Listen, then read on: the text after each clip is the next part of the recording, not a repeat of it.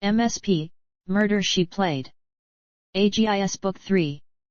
Part 3. The Dream in Dublin. The grey morning light of Dublin filtered through the hotel room window, but for 10-year-old Agi, the world was bathed in vibrant, ancient colours. She could still feel the softness of the grass from the stone circle under her feet, a place resembling Stonehenge, and the echoes of mysterious melodies still rang in her ears. The night vision. In her dream, four majestic, goddess-like figures had surrounded her. They did not speak, but their smiles held the wisdom of millennia. They danced together among the massive stone pillars, behind which loomed a mountain of impossible height. A dark entrance was carved into its side, guarded not by common beasts, but by strange, mythical creatures that watched over the secrets of the deep with vigilant eyes. When Agi woke up, she didn't feel the usual "it was only a dream" sensation. She knew that what she had seen was a map. Research behind the screen. "Dad, please, can I use your laptop for a moment?" She rushed to her father, who was struggling to zip up the suitcases before their flight home. "I need to check something very important." Her father smiled and handed over the device.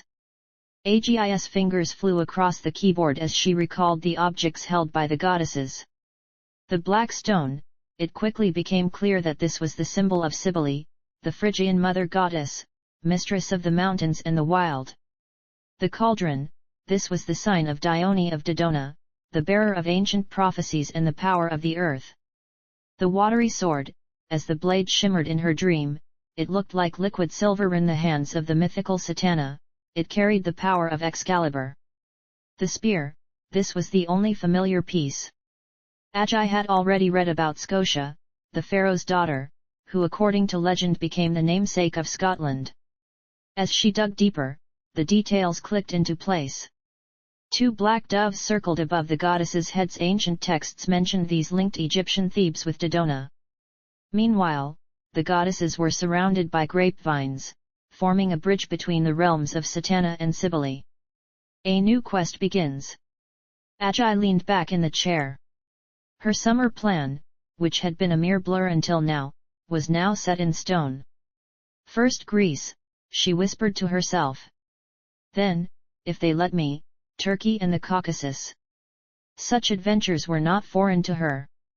She had already spent a summer on Cyprus, the most famous island of the goddesses, which had sparked a series of adventures that followed her all the way to London. She felt that history wasn't just in books, it was calling out to her. The Dublin breakfast. Finally, satisfied, she closed the laptop and headed down to the hotel breakfast room. Amidst the smell of fried bacon and the steam of fresh tea, her father sat scrolling through the online edition of Vas Neep, perhaps checking the news back home in Sombathe before their departure. Without even taking a breath, Agi poured out the story of the night vision, the doves, the watery sword, and the distant mountain. She spoke of the pharaoh's daughter and her plans for the Caucasus. Her father put down his phone, looked deeply into his daughter's sparkling eyes, and marveled for a moment at the fire burning within this 10-year-old girl. He didn't laugh, nor did he dismiss it as a child's fantasy. He simply replied with a mysterious half-smile.